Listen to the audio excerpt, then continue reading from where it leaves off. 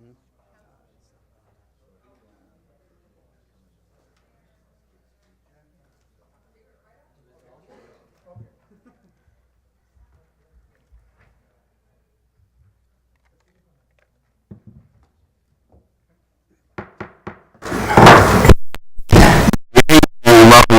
Council.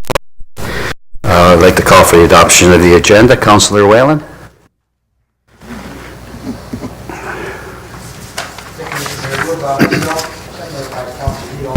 That the council adopt the agendas that be published on February the 1st, 2018, and a revised regular council agenda published on February the 5th, 2018, for the meeting of February 6th, 2018. Thank you, Councillor. Are there any items for discussion? Seeing none, I'll call a question. All those in favor? Opposed? That's carried. I'll move into my mayor's report. This is a reminder that Thorold City Hall will be closed on Monday, February 19th for Family Day. Regular hours will resume on Tuesday, February 20th at 8:30 a.m. The Niagara Ice Dogs will be celebrating Thorold Night at the Meridian Center this Thursday, February 8th. Local players Kyle Langdon of the Ice Dogs and Connor Timmons of the Sault Ste. Marie Greyhounds will be honored for their achievement in the OEL. Get it to the game for two players as they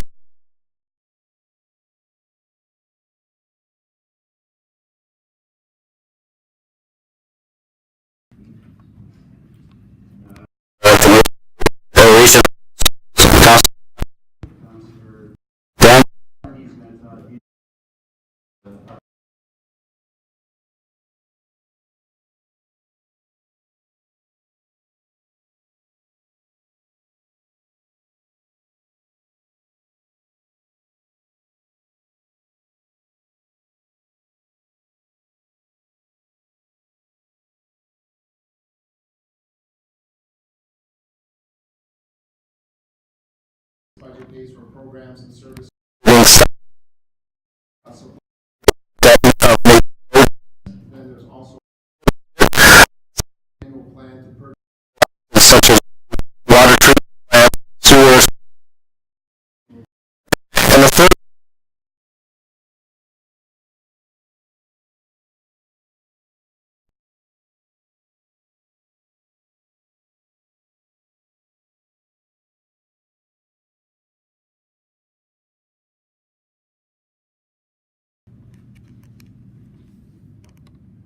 the budget is a reflection of council's priorities and its long.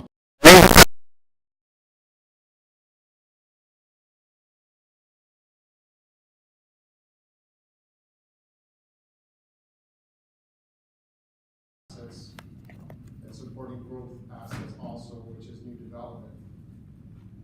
With the budget, there's risks and opportunities. Some of the risks are inflation and the economic conditions, which is utilities, fuel, interest rates. We also have unknown transit file impacts. There's the intermunicipal transit, Niagara specialized transit, and also airports. There's discussions at the region regarding airports. There's also unplanned asset failures, federal and provincial policy and budget changes, such as potentially being worked.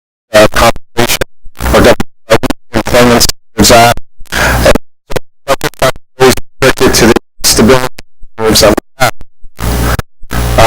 the regional consolidated budget. So this $1 billion.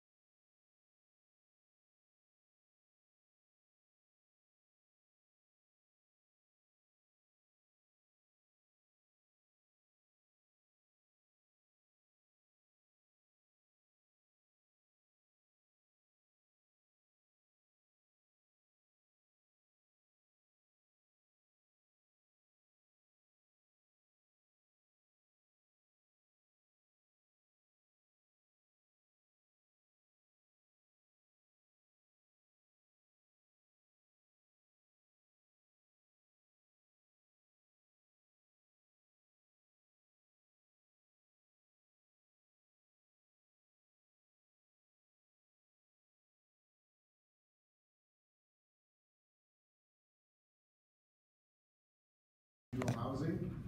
It met the guidance, which was 1.5%. Niagara Regional Police Services came in at 4.5%, and the court services came in at 34.7% increase. And I'll explain that one a little bit more. Niagara Conservation Authority, that one also came in as a negative, around 2%, and then regional departments hovered around 0.5%. Now, I just want to highlight some of the anomalies that you see there. One of the court costs, you'll see it in a slide later on. The increase or the decrease was 0.3, but the reason for that is decreased revenues occur in less fines being issued. There's increased costs in labor and other costs. One of the other items was the funding of the debt also impacted that because they built a new courthouse in Welland, so now they're funding the debt that's coming out of there. It's a self-sufficient program, so funds have to come there before they're distributed. Once there's a distribution, what happens is 50% of the net amount after you have your revenues less expenses, 50% goes to the region, the other 50% goes to the local municipalities. Thorold roughly gets about 4%. It's based on the assessment. It's a decrease of $290,000, so just a quick math, it's about $11,000 decrease this year. That's going to affect the City of Thorold budget this upcoming year because of less revenues. When you look at the Niagara Peninsula Conservation Authority, they had a reduction in staff. They had an MOU with the region. They did alter it so that they gave those services back to the region, so now they're incorporated in the regional amount. So that's why the numbers are negative. They still are overcharging the Niagara ratepayers by over $440,000. Hopefully that'll stop now that the judgment for the claim against the proper assessment through Hamilton appealed it. It's now been supported by the ministry, and the correct amount should be moving forward, but there's money there that should be returned to the region and used for other purposes. You'll see the police budget, it spiked quite high this year. It's pretty large. It's been one of the largest increases since 2011, where it came in at over 4.5%. Some of the impacts from the regional levy, net of assessment gross comprised of, there were some program changes of $6.43 million that was available. Some of that program changes came from an uploading of the Social Assistance and Employment Opportunities SAEO upload, which represented $2.82 million. So that's money coming from the province that the region no longer has to pay for. And then also there was some assessment growth of approximately $5 million, which was 1.5%, and money went to support programs and tax incentives, also to support the Niagara Regional Police Service budget increase, and then also to mitigate taxpayer impact, so part of the growth went there. When you look at the consolidated budget, this one puts the numbers in perspective. We saw the charts earlier, and you'll see that each of the departments, where they came in at, you could, just stepping down a little bit, you'll see Niagara Regional Police, their budget is $143.5 million. It increased by $6.2 million, which was a 4.54% increase. Court services, generally that's about an $800,000 payback to the region. It decreased to $500,000. Hence, there was a $300,000 reduction, which represented 34.7%. So the number was small. That's why the percentage is really skewed. Niagara Regional Housing came in at the 1.5%. So there was an increase of about $400,000 in their budget. And the Conservation Authority, as I mentioned, their budget went down a little bit because of the transfer of responsibilities. And you'll see where the assessment growth comes from. Tax incremental grants, those are some of the items that the region is trying to promote economic development with. And what happens with that money is it gets allocated, usually a reduction in development charges that still have to be put into the development charge pot. So it pays for growth-related items, but what happens is it comes out of the levy and it goes into the development charge reserve. And you'll see at the bottom that the Canada Summer Games is impacting this budget by 0.38. It was scheduled to be about 0.5%, but it was reduced a little bit because not all the funds were required at this point in time. This one just shows the impact of the 5-year average, which is about 1.56. The chart just shows 2014 to 2018, what it is before upload and assessment growth. Then there's the levy before assessment and then levy after assessment growth, which is the bottom line. Again, the region met the 2%, which was guidance set by council. Some of the program changes funded through the growth in the SAEO upload. You'll see people services and some key enhancements were in the ambulance resources. There was additional ambulance drivers hired to make sure the services that we provide are adequate. You'll see economic development and growth. Again, there were some key items in there: Niagara College Agri-Food Grant research, RDC discretionary exemptions, that's development charge ones, again, trying to promote economic growth, and then environmental plan review and tree bylaw, and that's funded through assessment growth. And part of that is the responsibility of replacing the emerald ash, or the ash trees that were damaged by the emerald ash borer. Then you'll see infrastructure sustainment. There's where the emerald ash borer, transit, and sustainability review all funded through the upload dollars. The average household based on the region's assessment is $248,000.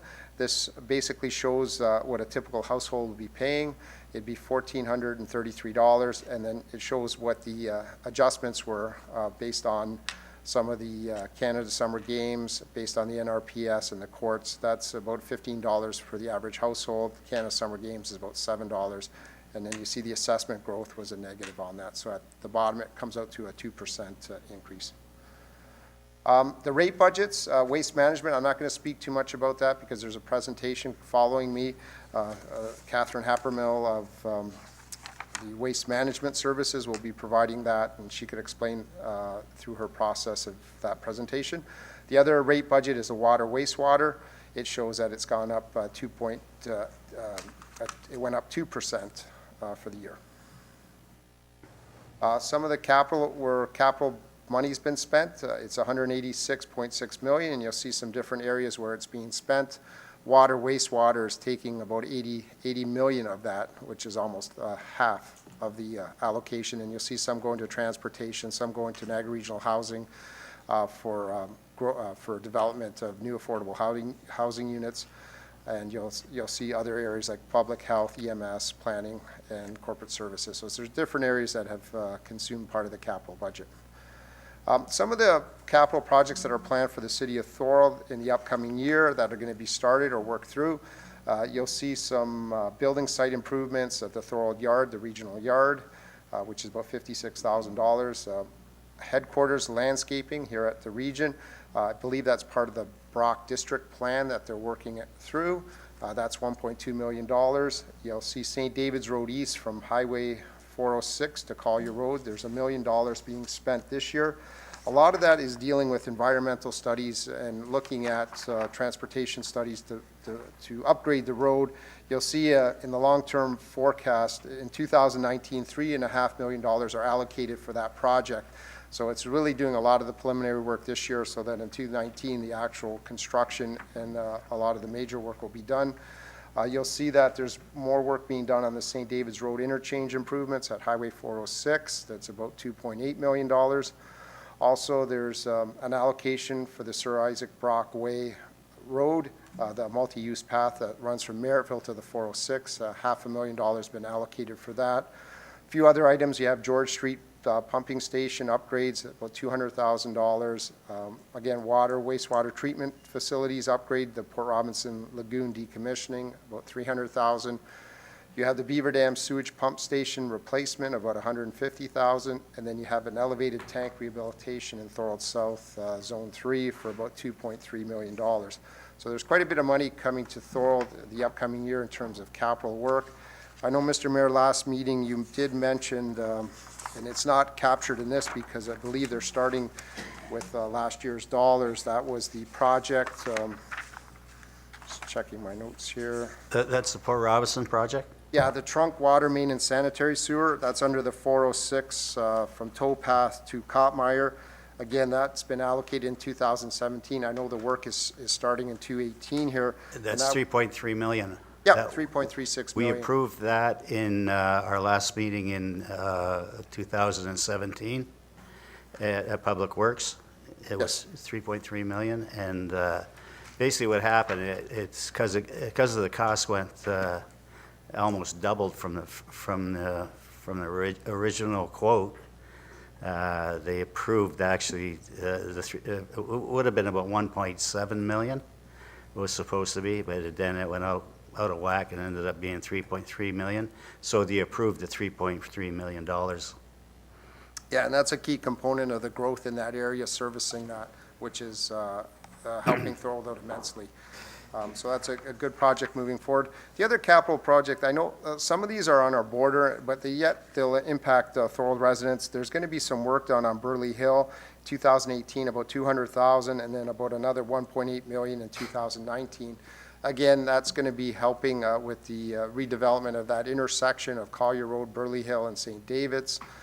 That's all being worked together. So that's going to benefit, again, the residents that use Burley Hill to either get on the highway or get down to that area for their business. So there's a lot of good things happening, not here just in Thorold, but just outside of Thorold that's going to be benefiting Thorold residents, which is really good to hear.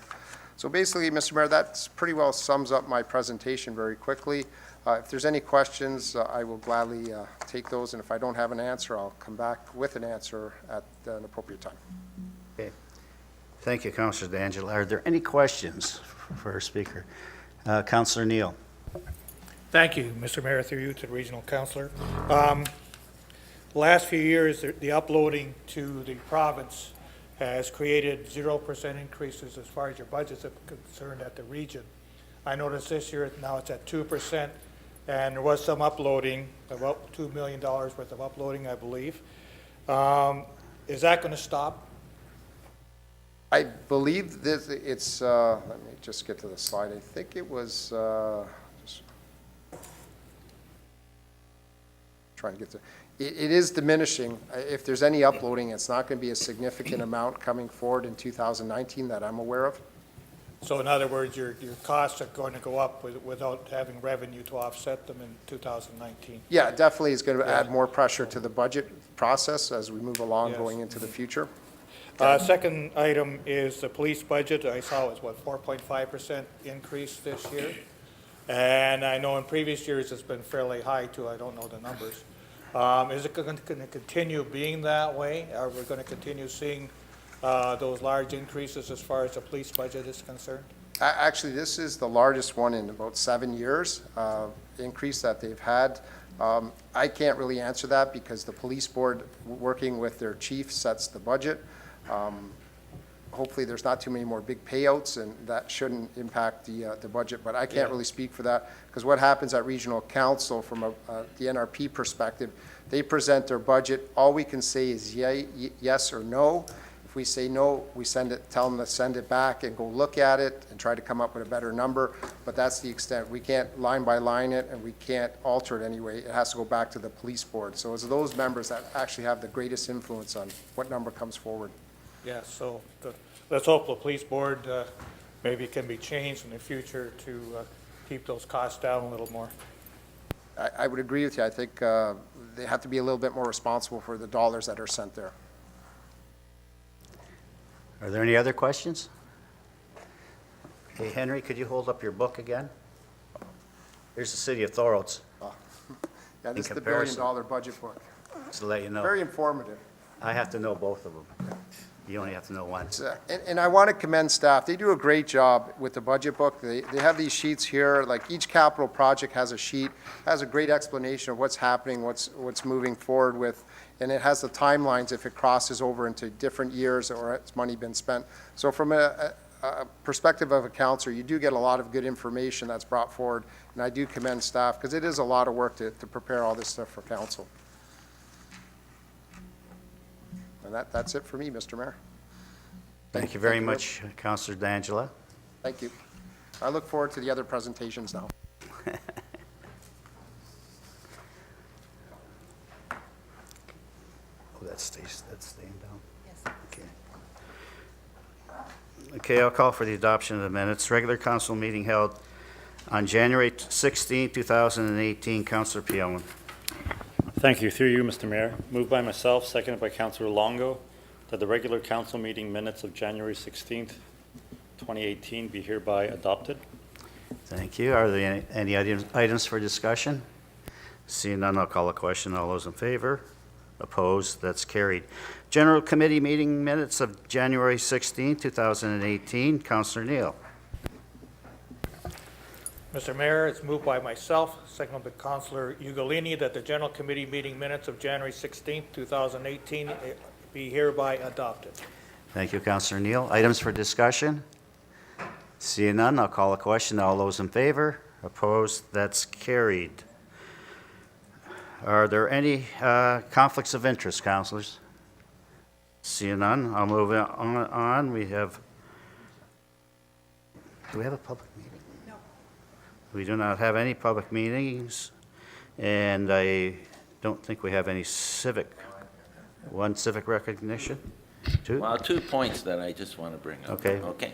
Go ahead, Councillor Ugolini. Okay. First of all, I want to congratulate Station 3 District Chief Carl G. Pearson regarding the appointment of District Chief Carl G. Pearson to the Board of Directors.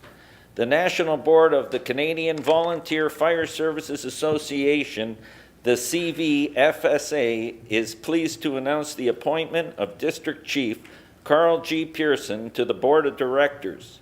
Mr. Pearson has been invited to represent the CVFSA in the role of Director of Ontario. Very prestigious appointment, and I just wanted to make sure everybody was aware of that. And the second thing, it's sad to hear of the passing of Jesse Anthony. Anybody that's been at the arena over the years knows Jesse.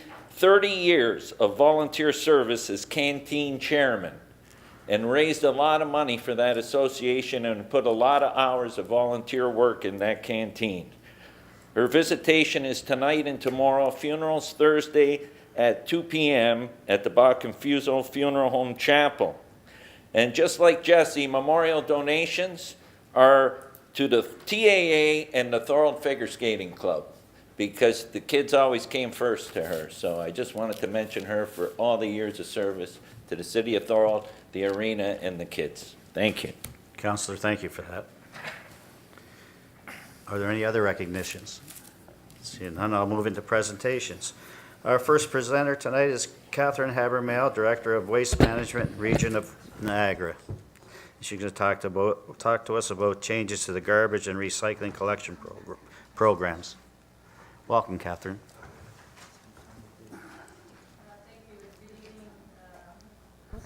Good evening, Mayor Luciani, members of council, senior staff, and members of the public. Thank you for inviting me here this evening to talk to you about waste management in Niagara. My presentation will provide a high-level overview of Niagara Region's waste management program, as well as I'm going to touch on the new provincial legislations that are forthcoming.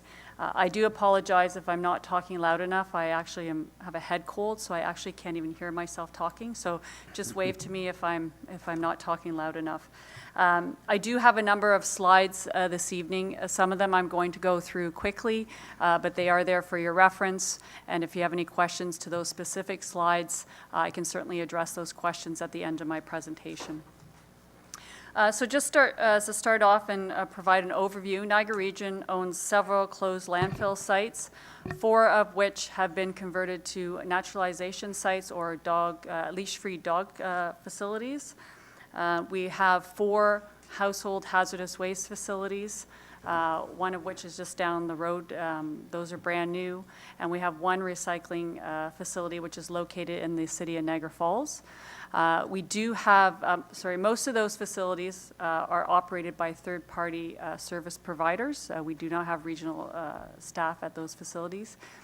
We also have 2 long-term service contracts with Walker Industries, one for landfill capacity, which about 1/3 of our curbside collected waste goes to that facility and is managed by Walkers.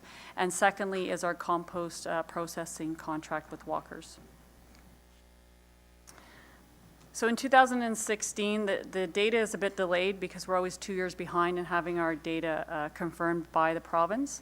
So in 2016, we managed a total of just over 295,000 tons, of which 153,000, so just over half, was managed by our facilities and diverted from disposal. Annually, as I've just mentioned, we track and submit our data to the Resource Productivity and Recovery Authority, also known as the Authority. This data is, as I said, tracked and provided. They confirm our residential diversion rate, and you can see by that chart over the years that we have progressively increased the amount of waste being diverted from landfill. You will see a spike around that 2011 year. That is a result of the new collection services that we implemented, whereby we went from every other week recycling collection service to weekly. We reduced the garbage limit per household to 1, and so you can see the difference that it's made. And so currently, we have a draft diversion rate of 56%. So how do we compare to our peers? Well, we're average. We fall sort of in the middle there, but we are higher than the Ontario average of 48%. We do track this, as I said, and this is only, I do want to highlight, we only track our residential tonnages. So these numbers are only reflective of what's coming out of the residential sector, not the commercial sector. In 2015 and 16, we undertook a waste composition study, and so we actually looked at waste coming out of 170 low-density residential units across the 12 area municipalities. We calculated the program performance measures based on waste generation, participation, set-out, and capture rates. And we use this data. It's very useful for us. We compare it to our previous data of 2010 and 11, which was previous to the service level changes that I referenced earlier in my presentation. And we use this data to develop programs and new services as we move forward. So I'm just going to highlight some of the results from the recent composition study and compare it back to 2010.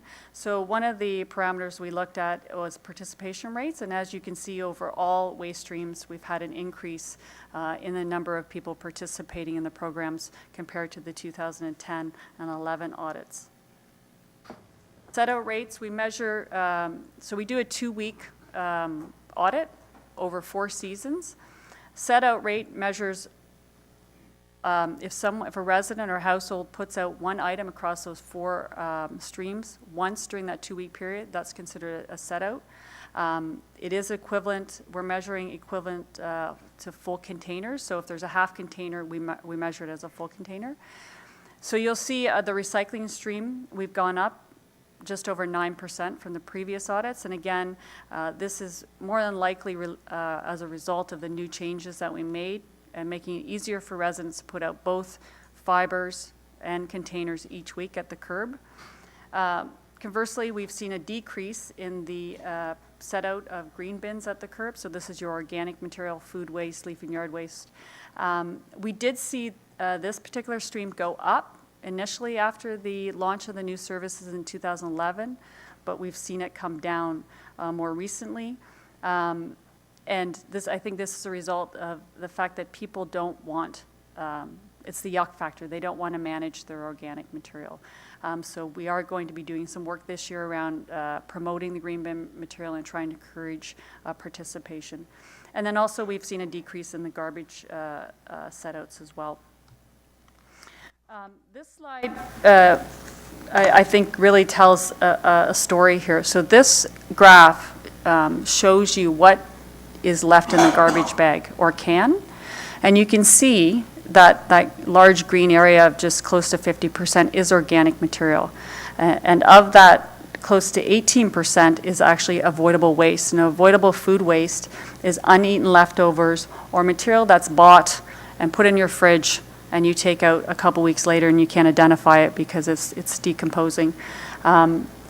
This is not uncommon. A lot of municipalities across Ontario are facing this.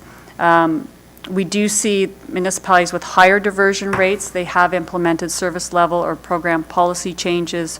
For instance, every other week garbage collection that does remove that organic material from the waste stream.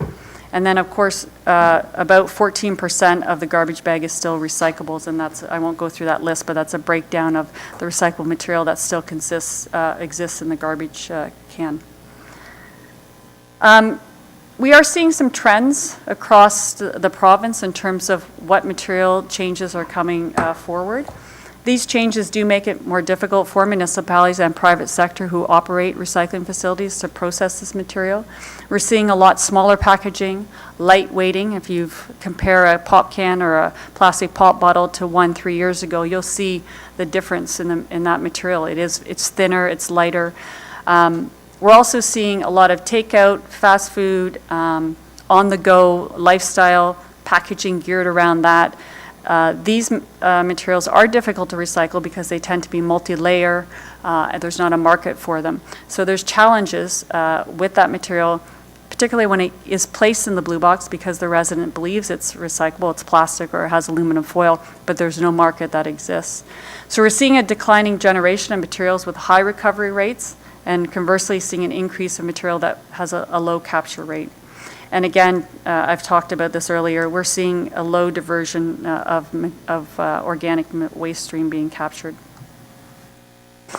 So just to talk a little bit about what we've done over the last year and what we're looking to do coming up, we constantly are looking for ways to increase diversion out of our local landfills. We have a diversion rate of 56% by 2016 and 65 by 2020. I won't go through this list, but I'll note a couple that may be of interest to the City of Thorold. One of them is the public space program. So the region sets aside funds every year in their operating budget where we will fund recycling bins that municipalities want to place in their public spaces, so parks, along roadways, etc. Thorold has taken advantage of this funding. They were actually one of the first municipalities and actually one of our pilot program municipalities when we first launched this. But we have funds still available. In 2018, we've budgeted those funds, and so I encourage the city, if they're looking to install future bins, that to call us, and we'll help them in terms of funding. We have implemented a number of different diversion programs. We have a broken spoke bicycle recycling program where we partnered with a local high school in Port Colborne, and that has proven to be very successful. We've had over 1,000 bicycles recycled last year. We tend in waste management to try to partner with local nonprofit organizations. The second bullet, the reusable goods drop-off depot at Niagara Road 12 landfill, which is in West Lincoln. We just opened that in partnership with the Grimsby Benevolent Fund, and they are operating that facility. And they take the material that is collected at the facility, they take it back to their store and they sell those items and obviously retain the money to help them promote their program and help those in their community. We do have a focus on multi-residential, the last bullet there, where we're looking at having ambassadors. I am really delayed on my presentation. So I'll go quickly here. But one of our focus is the multi-residential sector, so we are going to be looking at that. I'll just highlight budget because Councillor D'Angelo, you're going to cut me Ms. off. Habernell, your time is up. I'll give you a minute to wrap up. Okay, so Thank you. I'll continue. I won't be able to get to the provincial legislation then, but I certainly can come back and discuss that in a future meeting if you wish. Thank you. So just quickly on budget, as Councillor D'Angelo said, our budget came in lower than our 2017 budget. It's 54 million gross with a $32 million net. Thorold, I'm just getting my numbers here, decreased this year's requisition by just over 5,000 from the previous year. So I'll wrap it up with that. I do apologize. I had several slides, but again, I'm more than willing and happy to come back to discuss some of the changes at the provincial level that will affect waste management.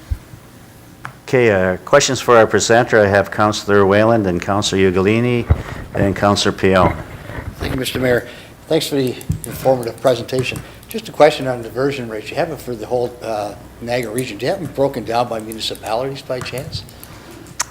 Years ago we had that. It was fantastic. Thorold was number one. It'd be nice to know if we're still at the top of the heap or not. So through you, Mr. Mayor, I do have some numbers. I do want to caution, though, council, that last audit, we only, because we were trying to get we look at the region as a whole, and so we only audited 10 households in Thorold during that 15 and 16 audit. So I do caution you, it may not be representative of your entire city, but we look at a regional average, of course. So I can give you, I anticipated this question, so I do have some facts here. So Thorold residents had a 90% participation rate in the Blue Box and Gray Box program, which was in the top 3 of the area municipalities, 8% higher than the average regional average. There was an 85% participation rate in the Gray Box program, which was 12% higher than the overall average of the region. The Green Bin program, there was a 40% participation rate, which was about 7% lower than the Niagara region's average.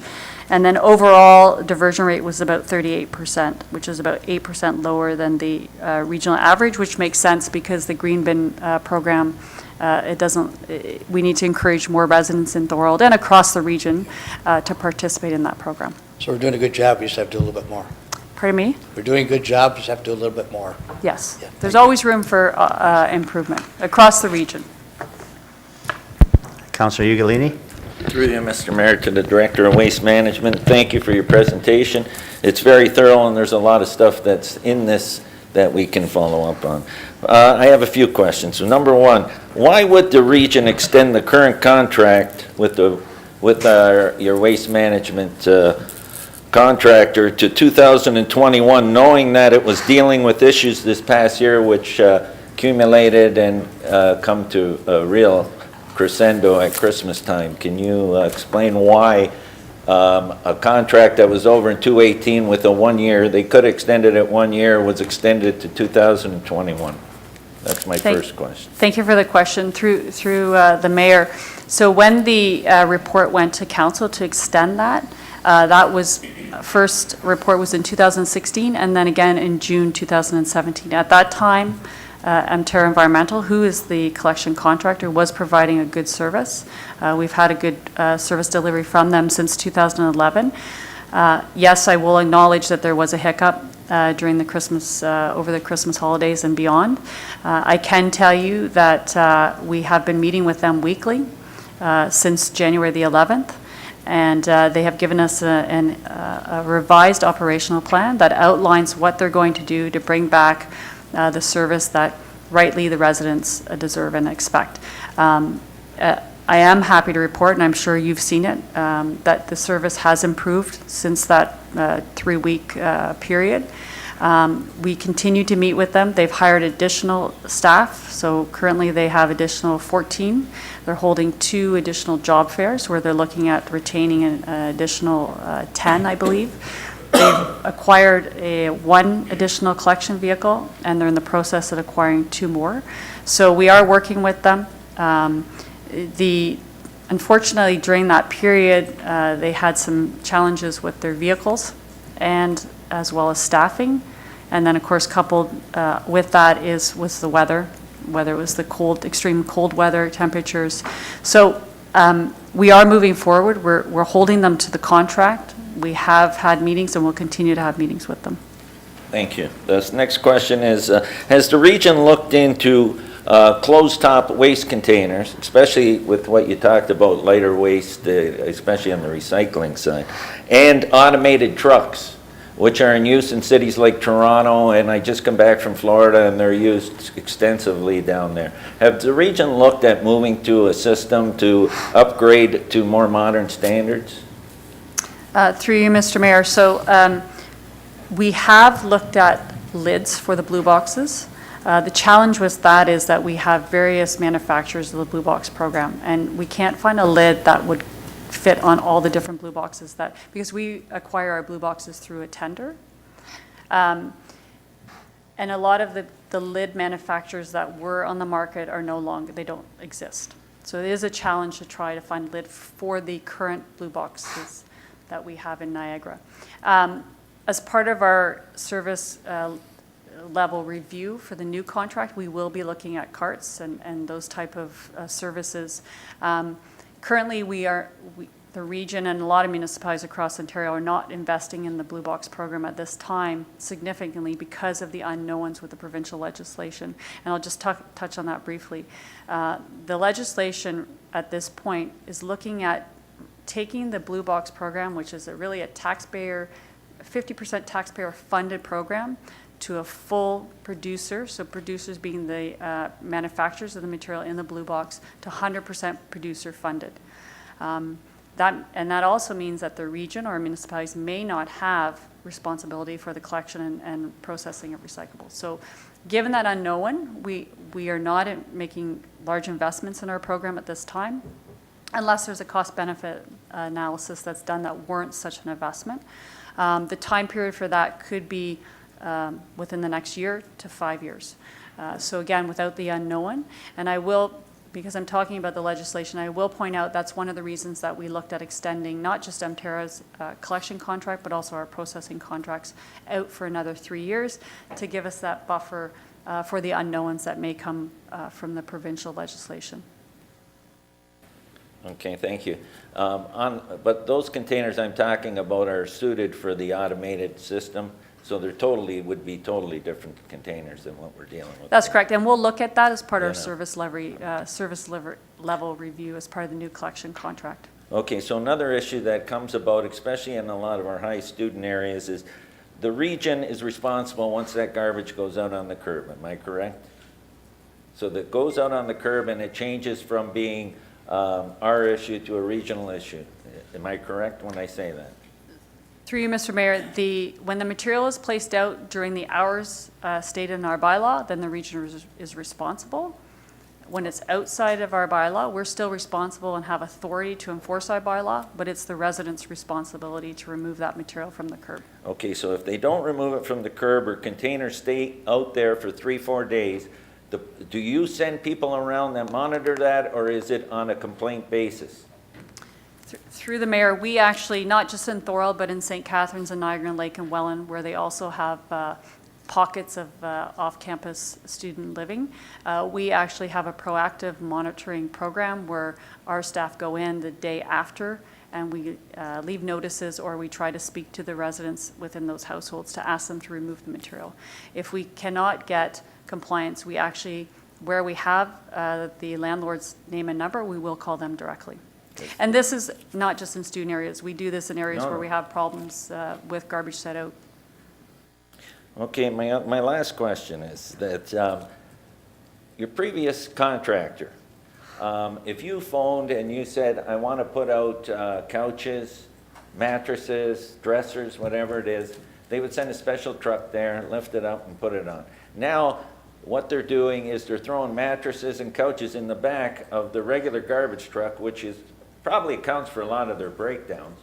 And you have stuff spewing on the street. Is that a practice that you want to continue, or can you work with the supplier to get them to send a different truck around, because it's not conducive to picking up those type of items? I watched them on Sullivan Avenue the other day. They were throwing a couch in and they were standing back and pieces of wood were spitting out, and then they push it in a little further. It's just not a way to be collecting those type of items. Can we have someone look and monitor that and maybe come up with a better plan? Through the mayor, so the way the contract is structured is that we provide the details of the scope of the work, and the contractor is responsible for defining how they're going to perform that work. I know up until last year, this Emterra was collecting with a separate truck. They've made some changes. I also know that they're looking at their routes right now and trying to find some efficiencies. So I'm meeting with them on Thursday, and I can bring that concern forward to them. Thanks so much. I have Councillor Pion, then I have Councillor Neal. Thank you, Mr. Mayor, through you.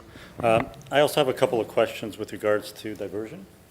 The first one, you mentioned earlier that the taxpayer pays for the Blue Box program. Is there an estimate of how much that program costs? Through you, Mr. Mayor, in Niagara, our Blue Box and Gray Box, our recycling collection and processing costs are around $7 million Okay, and net. And so 3.5 mil is roughly 50% is paid by the taxpayers of Niagara. Now, does the cost go up with diversion increases? Through you, Mr. Mayor, when we talk about recycling, there is we sell the recycling and that. That's why I'm asking. That offset. So in this year's budget, we budgeted a revenue estimation around 4.8 million. Okay, and that's the reason, thank you, that's the reason I'm asking. Is there a particular level of diversion that's foreseeable where the program would pay for itself? I mean, when I started thinking about recycling, perhaps this is a little simplistic, but since you can sell the recycled material, you would think that there might be, if the if the resources were worth enough, get to a point where you could recycle enough material, divert enough material, that the selling of it would pay for the program. Is there a break-even point foreseeable? In other words, could we reach a level of diversion where the program would pay for itself? Would the numbers work out? So through you, Mr. Mayor, the challenge with recycling, it's commodity, so it's based on commodity pricing. And we're seeing the pricing starting to drop right now because of some issues with China now not accepting paper and plastics. I can tell you in Niagara, we're fortunate because we've made some investments in 2014 where we're able to still continue to sell our paper into China and local domestic markets as well. So where I can tell you some of the single stream programs are where single stream being where all the materials collected in one box or cart and then it's sorted at the plant. They are challenged trying to remove their material right now. But to answer your question about the break-even, I would have to do a cost-benefit analysis, but we do have capacity at our facility. We would have to bring in more, obviously, tons to bring down the cost per ton at our facility. Niagara has been active in bidding on work, so we currently process newspaper and cardboard and other fibers from the region of Waterloo, and we also process the curbside collector recyclables from Haldeman. So we are out there being active, trying to bring down those costs by bringing in other material. Thank you. One more question, if I may. Specifically with respect to the diversion of organic compost, I realize when you numbers, it's tricky to estimate such numbers. Have you taken into account, or is there a way of taking into account that unlike plastic, glass and metals and so on, the diversion of the number that gets the diversion of organics doesn't take into account the fact that there are quite a few people, myself being one of them, that compost their own organics for their garden. So in my house, it would look like I'm not diverting organics, but I feel like I'm composting it all in my yard for my garden. That actually might increase the percent diversion of organics from the landfill, because I know quite a few people who compost their own. Way of taking that or quantifying that? Yeah, thank you for the question through the mayor. It's a valid point, and I also have a backyard composter, but I also use my green bin because a lot of the material that I put in my green bin, such as meat and dairy products, I cannot put in my backyard composter. But I draw everyone back to this slide. This really tells the story that we're still seeing almost 50% of the garbage bag is organic material, and so there's an opportunity here to divert that material, whether some of it's through backyard or the green bin program. But this is where we have to focus, and the province has recognized this, and you'll see in my slide deck that they've implemented a food and organics strategy to move the province forward. This is not an issue just to Niagara, it's an issue across the province. And there's also, there is a focus over the last 2 years now, we don't want to focus just on composting the material, but we also have to look at what's being wasted that still is usable. And that's at 18% of avoidable food waste that we see out of, at least in Niagara, but across the province, as well as in retail stores and warehouses and restaurants. There is a real opportunity there to educate residents, business owners, consumers about avoidable food waste, and should we be not buying a pear or putting it out on the shelf because it's has a blemish. So these are the things that it's a behavioral change And that's where we have to focus our attention. Okay, thank you. Councillor Neal. Yes, a question through you to the presenter. Downtown garbage pickup. I've noticed in the last year that the garbage pickup is not being done before 10 o'clock in a lot of cases. And what happens when that does happen is that the people that are putting out the garbage wait till the last minute before they put out the garbage. So it's become later and later, and garbage is being put out on the sidewalk later and later. So maybe you could take it back to the people that are picking up our garbage and review the downtown garbage pickup situation, so it's at least done before 10 o'clock. I believe that's the time that they are supposed to have it done by. Through the mayor, thank you. I wasn't aware of that, but certainly we'll raise that with MTerra on Thursday. Are there any other questions? Thank you very much, Ms. Thank you. Habernow. Our next presenter is Tim Geddes, Chair, Canada 150 Committee. Talk to us about the committee overview and the activities. Committee overviews of activities. Hi, everybody. Thanks so much for having me through you, Mayor. I appreciate everybody for all their participation, including, I think everybody here made it to one of our Canada 150 events over the year. I just want to quickly go over my committee that was, I was lucky to have. We started out with a great team of people that they're all experienced at doing some amazing things in our city already. So Councillor Terry Ugolini, Donna Vecchio, who clerk, our city clerk, was an amazing team member, and she brought a whole team of family with her too, which was really amazing. Her son Nathan was probably at every event, so I really appreciate him. I want to put him out there. He was amazing.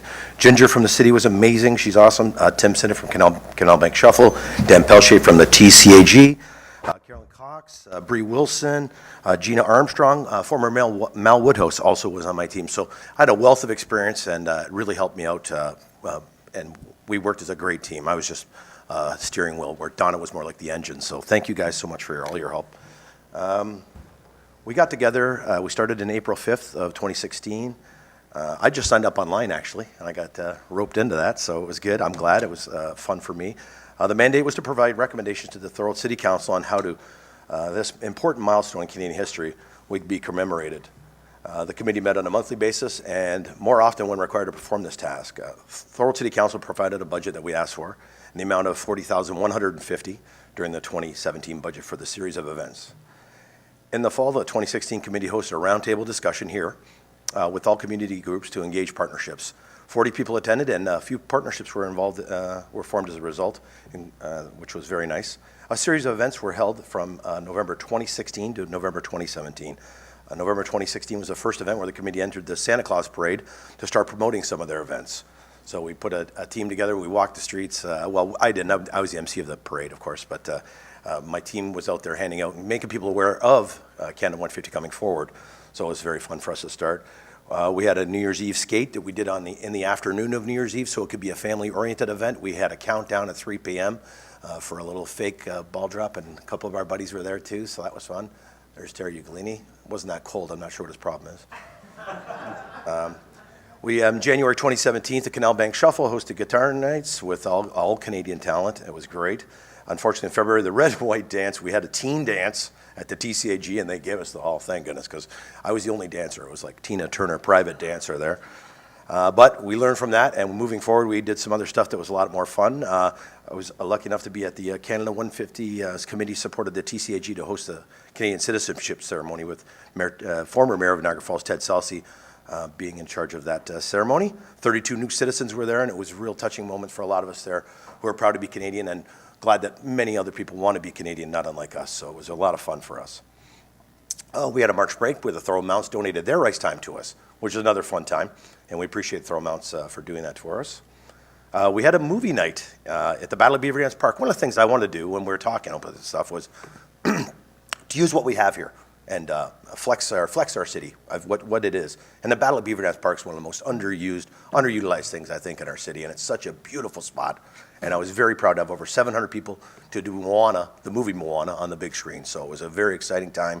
We had all kinds of vendors there. We had kids there, the crazy people were totally engaged and involved. It was a lot of fun. I hope some of the people actually from here were there, so it was great. We were lucky enough to have a great guy called Santino Perry that lives in town, and he owns Impact Promotions, and he made sure that with our logo that we got designed by our school teacher in Thorold Secondary, David Dunker, he designed our Thorold logo, which was very popular. And everybody in Thorold is very proud to be a Thorold. I call it the hub of Niagara, Thorold, personally. I think it is. We're like 10 minutes away from any area in Thorold. So I'm very proud to be a Thoroldite, and people from here are desperately proud to be Thoroldites. So we sold a ton of stuff, and that was not without a ton of help from the city staff here, by the way. The girls at the front desk really worked that for us so much. I really appreciate that. The Young at Heart Singers, led by Gina Armstrong, had weekly events in the Battle of Beaver Dams Park. So once again, carrying out the Battle of Beaver Dams Park. A lot of fun, a different generation of people at that kind of event. So it was really fun. The traditional Canada Day celebrations were held at the Battle of Beaver Dams Park also. We had a family-friendly program there. It used to be the Mayor's Picnic, but we changed it to Canada Day Picnic, so want to have more fun. Vinyl Flux, Trigger Happy, the one were all at the event. Fireworks went crazy. Adam Semenuk, a neighbor, is a great guy too. He throws about $1 billion at fireworks before our fireworks. So when the band's playing behind his house, it's such a view. The band plays with a load of fireworks, and then we start our fireworks off, and it's just amazing. So a very fun time. Of course, we had some stuff put out there with our budget. It was nice to be able to do stuff like that in the grass. We had a couple of those on the side of the Battle of Beaver Dam stage, which was really cool. And then we carried on. We made it a 3-day total event because we had Blues in the Battlefield. With the guys from the Canal Bank Shuffle, they thought that we could pull it off. And it was a huge event. Blues bands from all the region, Ontario, United States, some of the bands came from. It was the home, the Battle of Beaver Dams was the home of the outdoor license event. I think it's the first time the entire park has been an outdoor license event. Dan from TCAG, Dan Pelche, made sure that happened for us with the help of the Liquor Control Board, and we had a very successful event. No reason for security. We had it anyways, but people were fun. People had a laugh. It was great music and a great time.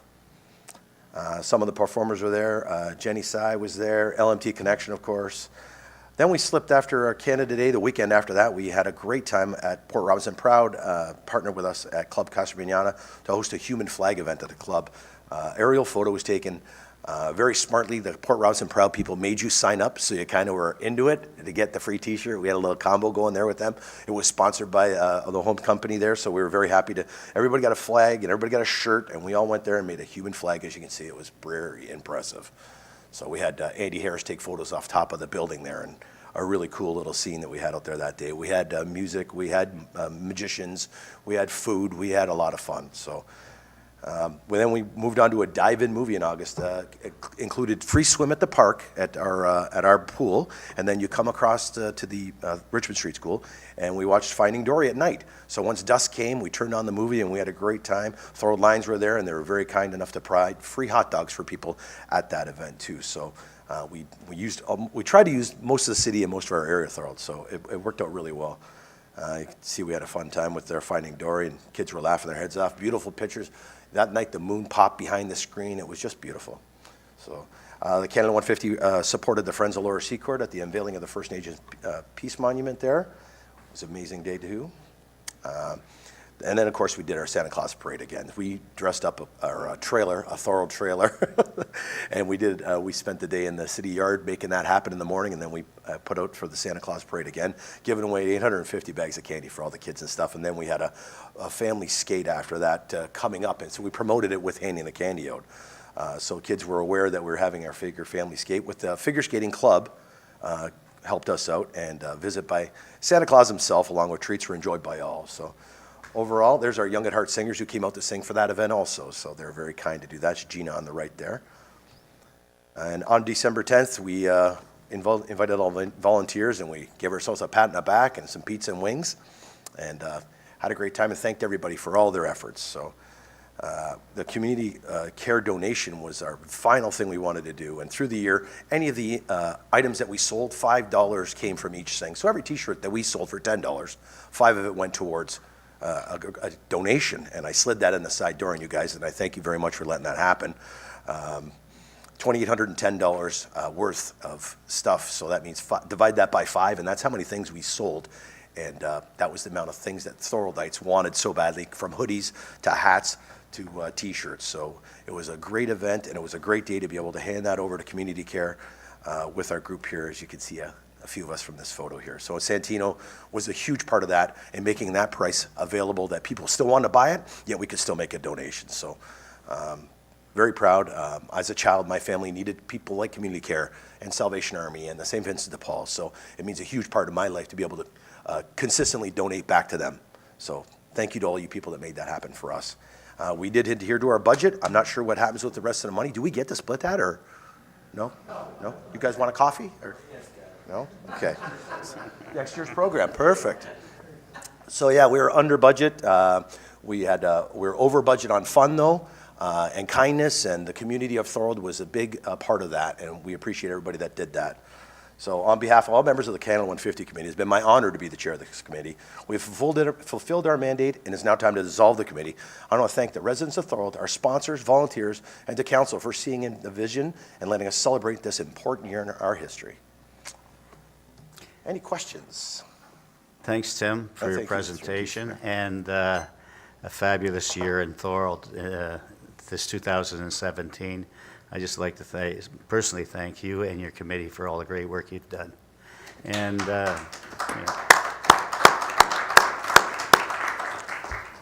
Councilor Ugolini. Question through you, Mr. Mayor, to Tim Geddes, the chair. We had the best logo in Canada, though. Easy. Bar none. Easy.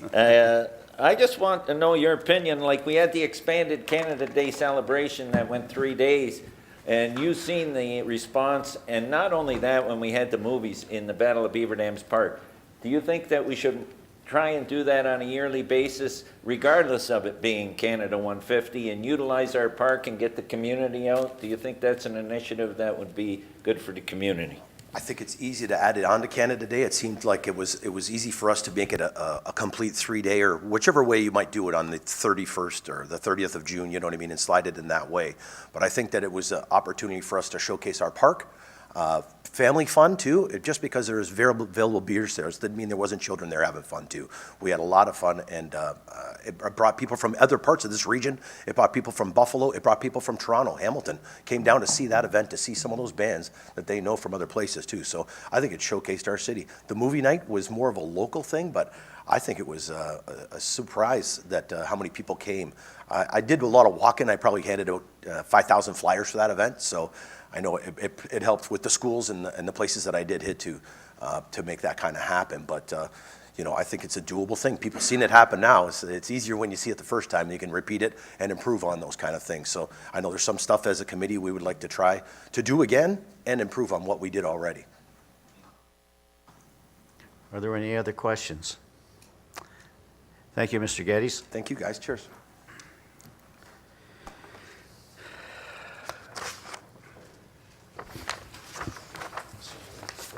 Statements by councilors. To go back, so Drew forgot a civic recognition he needs to bring up. Okay, we're going to take a step back to civic recognitions. We have Councilor Pion that has one.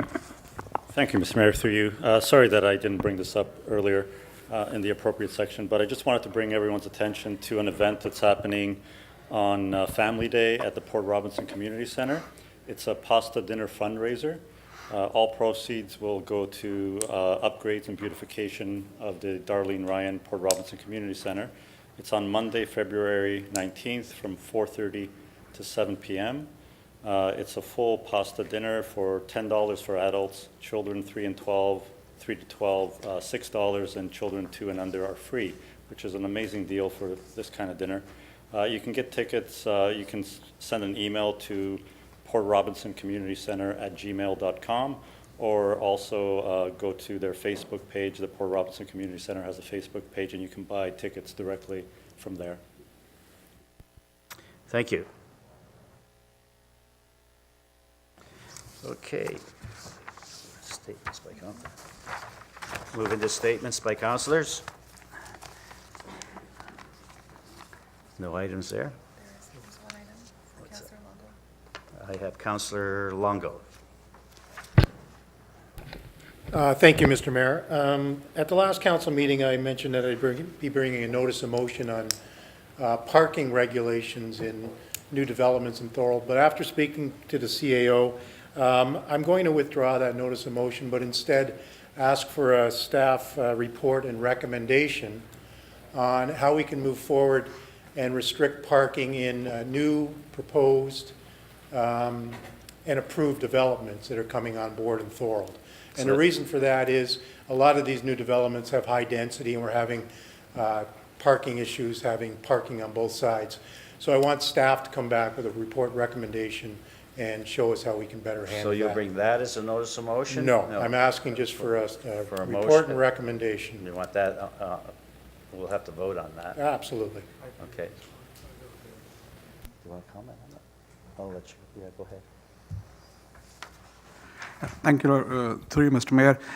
Certainly, if council so wish to go ahead and get a staff report put together for this, we'll be happy to do that. Thank you. Okay. Thank you, Councilor Longo. Now I'm into notice of motions. Are there any notices of motions for next council meeting?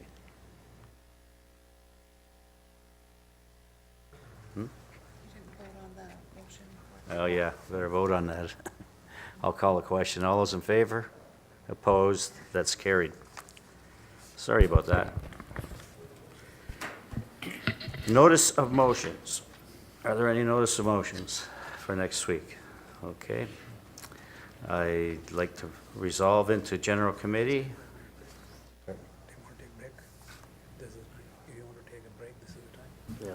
Okay, I'll call for a 5-minute break then. We'll take 5.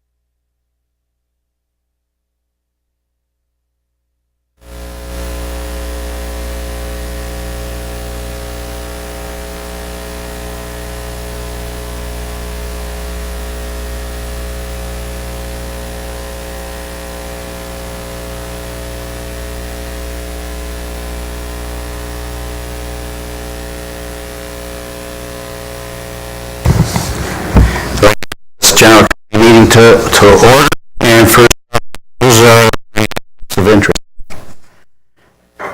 Seeing none, we have no delegations tonight, so I'll call for reports to be brought forward from consent. Are there any of the reports, councilors, that you would like brought forward? There's 4. Do you want to speak to, which one would you like to pull, Councilor Ugolini? We're calling out A, B, C, and D. We're going to vote them Okay. all as a group? Yeah, I or- just want to comment on the one. Yeah, Okay, go ahead. under A, CC 2018-02, the letter from the Ministry of Transportation to Cindy Forrester and Mayor Luciani regarding the high railings on the DQ overpass, and the Ministry of Transportation taking over that, and they're going to pay for that. And Yep. I just want to say that was a good, everybody working together, council, the mayor, Cindy's office, working with the ministry and the CAO, and we got positive results. So I just wanted to comment on that. Staff was involved heavily in that Yeah, also. great job. Thanks, staff. Okay, then I'll ask for a motion to move the reports on consent, all 4. Councilor Longo? All those in favor? Opposed? That's carried. Okay, we're into discussion reports. PDS 2018-01, recommendation report regarding a zoning bylaw amendment for 6 Ann Street, ZBA 06-2017. Sandra? No, Denise Henry. Oh, Denise. The recommendations of the report are that Director of Planning and Development Services Report PDS 2018-01 be approved as presented, that staff be directed to prepare the necessary bylaw to rezone the subject land from residential 3rd density R3 zone to a site-specific residential 4th density R4A zone to be presented at a future meeting for approval. Thank you, Ms. Lambert. Can I get a mover for the report? Councilor Ugolini. Speakers to the report. Councilor Longo. Thank you, Mr. Mayor. I'm not going to ask any questions because this report came forward before and I asked questions. I'm just going to make a few comments here and give my feeling on this. I will not support it. And basically, if you look at the report, page 7, it outlines that in considering a zoning bylaw amendment and site plan application to permit apartment developments, council shall be satisfied that the proposal, A, respects the character of adjacent residential neighborhoods in terms of height, bulk, and massing. I don't agree this does that. C, will not cause or create traffic hazards or an unaccepted level of congestion on surrounding roads. I believe this will cause a problem. And D, is located on a site that has adequate land area to incorporate required parking. It does not adequately address the parking requirements. So personally, I'm not going to support this. I'm not sure what the rest of council will do, but that's my opinion on it. Thank you. Councilor Pion. Thank you, Mr. Mayor. Through you. I echo those sentiments, actually. I went to the area, walked around it extensively. I looked at the neighborhood, and I asked myself quite often, does this development meet the character of the neighborhood? I remember in the presentation that came up over and over again, that we're respecting the character of the neighborhood and so on. And to me, I just couldn't see it. I looked at it from different angles. I walked around it. I had the artist's rendition of what the thing would look like. Parking, to me, was an issue. But when I visualized that building there, it just did not seem like anything else in that neighborhood to me. It's not in keeping at all with that neighborhood. So I think it's too much of a jump in rezoning. I don't think it's a minor rezoning issue. It's a big jump, which actually completely changes to me what that neighborhood is all about. So I won't be supporting it either. Are there any other speakers? And I'll call the question. All those in favor? Opposed? That's lost. Okay, I'll move on to our next. Go ahead. Through you, Mr. Mayor, staff does require reasons to why you're not supporting the staff recommendation, so we can include it in the minutes if this happens to be appealed to the OMB. Parking's the issue. Parking's a big issue. Councilor Longo, you had a few other reasons for not supporting it? If we need to have issues in case that happens, I believe, again, on page 7, I highlighted under policy B1-1-5, points A, C, and D. So Councillor, is it just the parking or the density that you're questioning as well? I'm talking about the parking. Yeah. I'm talking about the unacceptable level of congestion on surrounding roads and traffic hazards. And I'm talking about respecting the character of adjacent residential neighborhoods in terms of height, bulk, and massing. Right. So it's not just the parking, through you, Mr. Mayor, it's also the density that you're questioning then? Thank you. Okay, good enough. Okay, I'll move on. PDS 2018-02, Richmond Street Official Plan Amendment, Zoning Bylaw Amendment, and Draft Plan of Vacant Land Condo OPA 03-2017, ZBA 04-2017, and 26 CD-2017 -01. And Mr. Darberson, you're speaking on this? Yes. The recommendations of the report are as follows: that the proposed official plan amendment to change the subject land's designation from institutional to urban living area and environmental protection to be supported. Number 2, that the proposed zoning bylaw amendment to change the subject land's zoning from West Neighborhood Open Space and Institutional WN-OS-I zone to a site-specific West Neighborhood Residential Third Density with a holding H provision, WNR3H-14 zone, and Environmental Conservation EC-1 zone be supported. Number 3, that the draft plan of vacant land condominium for Richmond Street, files 26 CD 2017-01, described as Part 1 of part of lots 35 and 36, Plan 59R 9582, and part of lot 675, 1-foot reserve, registered plan M-42 in the city of Thorold, drawing number 1671-DP, prepared by Upper Canada Consultants, dated revised January 9th, 2018, attached as Appendix A, be approved in accordance with the provisions of the Planning Act, the Condominium Act, and regulations thereunder, and subject to the conditions contained in Appendix B of this report. Number 4, that the city's draft approval of this plan of condominium will lapse 3 years from the date of draft approval unless an extension of the approval period is requested by the applicant and granted by City Council. If an extension is requested, an updated review of approval will be required and revisions may be necessary at that time. Number 5, that all parties be advised of Council's decision on this application in accordance with provincial regulations.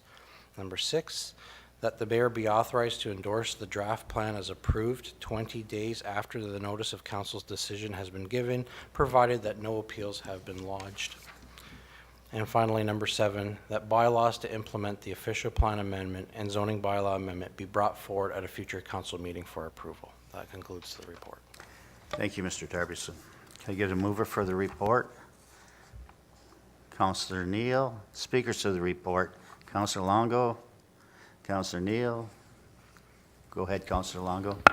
Thank you, Mr. Mayor. Through you to the manager of planning, I have some questions here that I just want to ask so people can understand what's happening here in terms of a vacant land condo. First of all, this type of vacant land condo would be somewhat unique to the city of Thorold? Through you, Mr. Mayor, yes, that is true. Okay. So a vacant land condo, as I understand, is a condominium corporation, basically, that will basically take ownership of this area and maintain the entire condominium through their own rules and regulations? Yes, through you, Mr. Mayor, that's correct. Okay. So having a community like this within our community basically relieves us of some duties. We will not have to do snow removal, bylaw enforcement, whether it's clean yards or parking enforcement. Is that correct? Through you, Mr. Mayor, snow plowing would be private responsibility. Clean yard still does apply, but the rules of the condominium corporation would likely be very strict on upkeep of the properties. Okay. So generally, a condominium, they'll try to take care of their problems first before, I guess, the city gets involved? Would that be fair to say? Through you, Mr. Mayor, yes. Okay. Now we'll go on a little further here. Just a few questions about the recommendation here. So the recommendation is to, first of all, rezone the property from institutional to residential and environmental conservation? Through you, Mr. Mayor, just a point of clarification, it's the official plan amendment that will be doing that. Okay. And what the proponent is asking to do, and we have a diagram, they want to build 35 condominiums? That is correct. But as I read further, I found a clause that basically gives them the opportunity to apply to bring it up to possibly 45 units? Through you, Mr. Mayor, that would be condition 47 in the draft plan conditions. Okay. I think it's a good proposal. I think it'll fit well in the area. I think it'll give us some relief, actually, in the area, being a condominium, having some tighter internal enforcements. But I do have a problem with item 47 in the conditions of the draft plan approval. And what I'd like to do is make an amendment to the conditions of the draft plan approval and see if council is willing to support that. So basically, item 47, I would change the wording that the woodlands and associated buffer be transferred to the city. And that's what I would be willing to put forward to council, and I would support. So you're putting that forward as an amendment? Yes. To the report? Amendment to the report and amendment to the conditions of the draft plan approval and report. Okay, can I get a seconder? Councillor Ugolini on that? Speakers to the amendment. Councillor Ugolini. I agree with Councillor Longo. I think it's a good development with the 35 units, and that it's the type of development I think that is needed in the city. It's something unique, and it's something people are looking for, which are two-bedroom bungalow condominium. So from that aspect, it's good, but I think that by doing what Councillor Longo put forward, protecting the buffer zone, making sure we look after that, and we know that the development then becomes a solid development. We look after the environmental aspect of it, and still have a good development for the city. Are there any other speakers to the amendment? Councillor Pion. Yeah, just a clarification. You used the term transfer to the city. How will that happen exactly? I'll reach out to staff to answer that question. Okay. Through you, Mr. Mayor, similar to a plan of subdivision, there are certain transfers, for example, easements and so on and so forth, that are transferred to the city. This would be similar in that case, where the ownership of the lands would become the city of Thorold. Right now, it's not the city of Thorold. Through you, Mr. Mayor, no, it's private lands at the moment. So we purchase it? We purchase it? How does that, if it's private land, how do we purchase it from? Through you, Mr. Mayor, they're protected lands. Right. We, as a condition of draft plan approval, our official plan talks about the city having an interest in taking on environmentally sensitive lands and putting them into public ownership. So as a draft plan condition, we've asked that we receive those lands so that they can be protected. No money exchanged.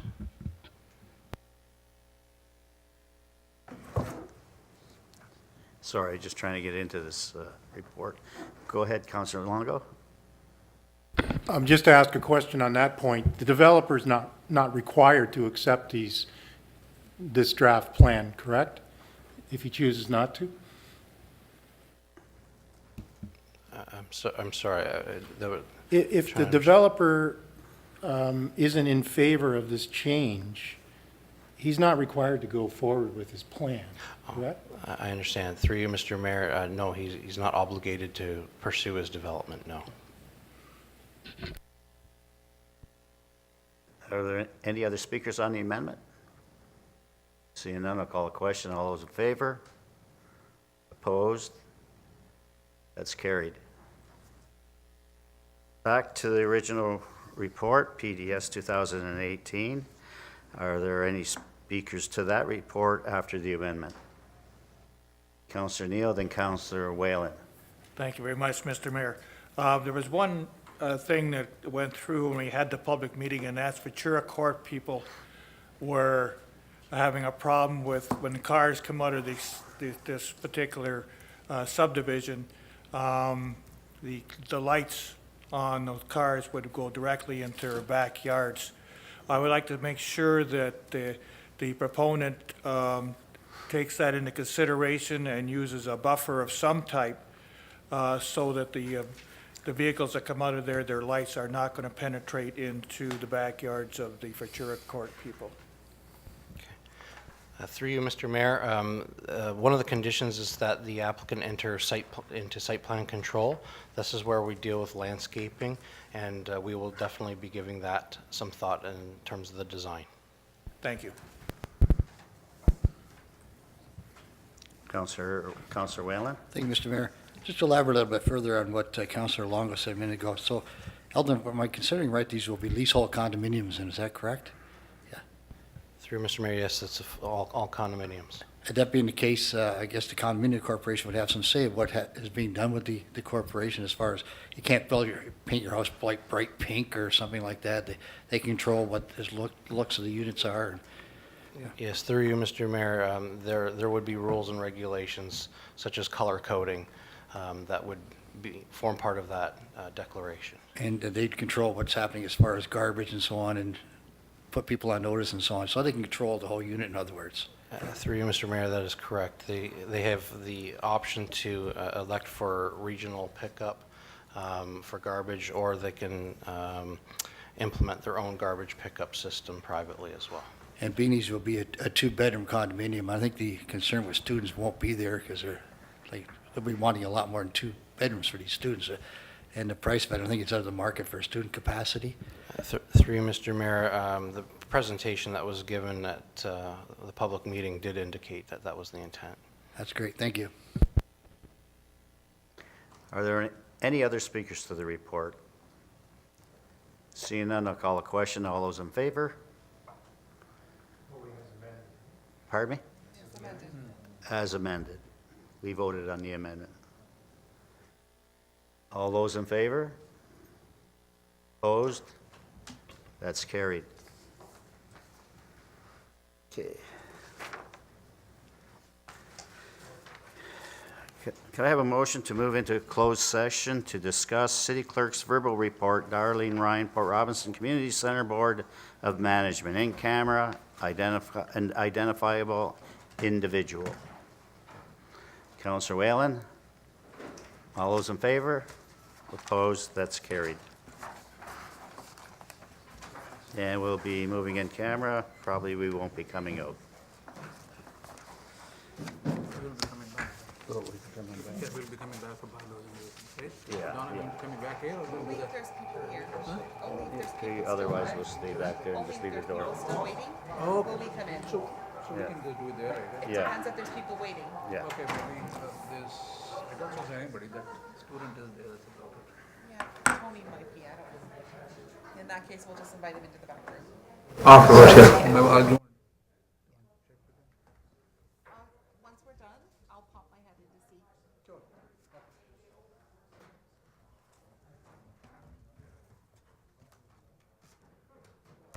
First night of our recorder.